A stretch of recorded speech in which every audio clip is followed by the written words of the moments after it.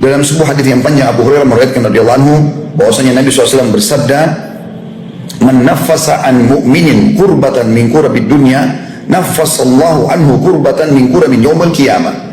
Barang siapa yang melapangkan satu kesusahan dunia yang ditimpa kepada seorang mukmin, maka Allah akan melapangkan darinya satu kesusahan di hari kiamat nanti. Teman-teman coba renungi potongan ini dulu. Pernahkah kita berpikir teman-teman kalau kita ini akan meninggal dan akan dibangkitkan pada hari kiamat?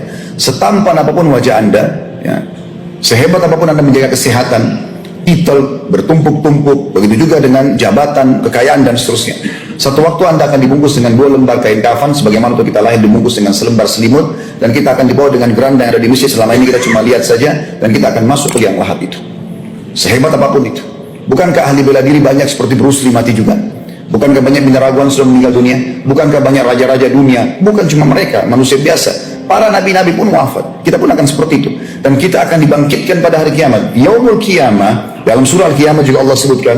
Kita juga mengatakan dalam surah Al-Fatihah, Maliki Yaumiddin, tentang hari pembalasan, hari kiamat. Ini sebuah konsep dasar iman seorang muslim.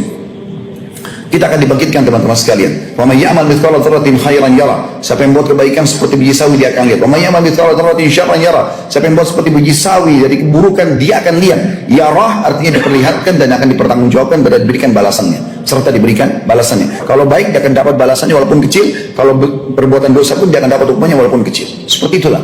Kita yakin dan itu rukun iman kita yang kelima. Di hari kiamat nanti orang akan berharap bisa mendapatkan satu buah pahala. Berharap kembali ke dunia, senyum dengan muslim meninggal, sujud sekali meninggal.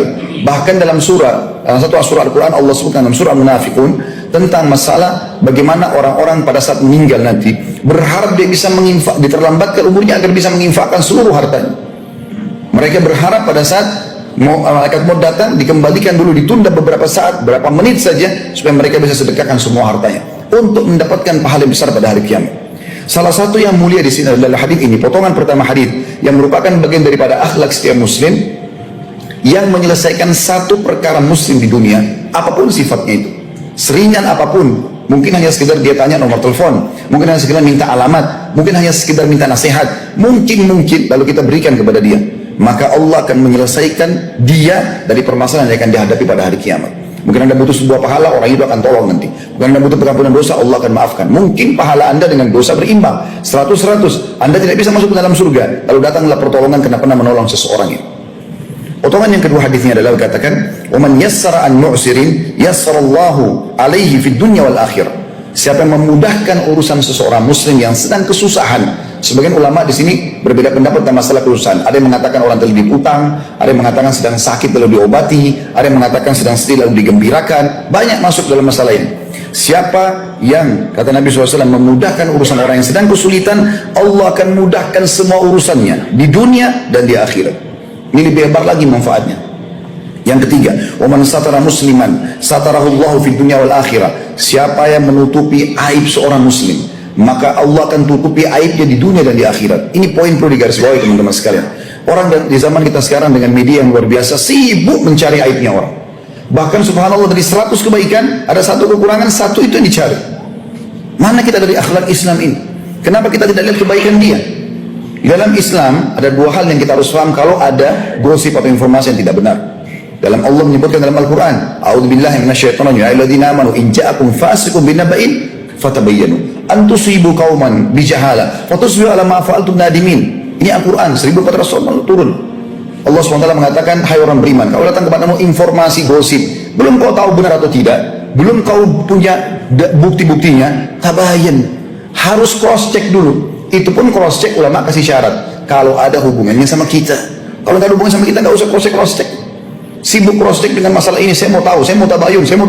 Tabayun apa? Urusannya sama kamu apa? Ada urusannya nggak? Kalau nggak ada, untuk apa buat masalah ini? Apalagi kalau tidak tabayun, tidak cross check, kemudian menyebarkan ke sana sini, ini bahaya sekali. Apa sudah cukup pahala kita siapkan untuk diampanin oleh teman kita pada hari kiamat? Ini bahaya sekali. Setelah itu, yang pertama cross check, yang kedua, kalaupun sudah kita cross check, kita sudah jelas dia salah pun, tugas kita nasihati dan menutupi. Itu yang Nabi sebutkan dalam hadis ini. Siapa yang tutupi aib seorang muslim, Rasulullah nasihatin, kamu nggak sholat loh, kamu harus sholat begini-begini, selesai. Jangan lagi kok lemparin ke teman-teman kantor, itu orang sudah saya nasihatin loh sholat. Ya. Terus dia mau dapat apa? Mau dapat keridhaan manusia atau mau dapat pahala dari Allah Subhanahu Wa Taala? Harusnya setelah dia tabayun dijelaskan, sudah cross check, kemudian akhirnya dia menutupi aib tersebut. Saya pernah buat tablik akbar khusus masalah ini, judulnya tabayun dan tasattur. Cross check dengan syarat ada hubungannya sama kita, dan juga habis itu tasattur, tutupi. Nabi SAW mengatakan siapa yang menutupi aib seorang muslim di dunia, Allah akan tutupi aibnya di dunia dan di akhirat. Kesalahan dia pun akan ditutupi. Sebaliknya teman-teman, renungi hadis ini. Ada hadis sahih riwayat Imam Ahmad, kata Nabi SAW, dan siapa yang sengaja mencari-cari aib saudaranya, maka Allah akan bongkar aibnya walaupun dari dalam rumahnya sendiri. Bukan tugas kita mencari kesalahan orang. Makin kita tidak tahu tentang seseorang, makin baik.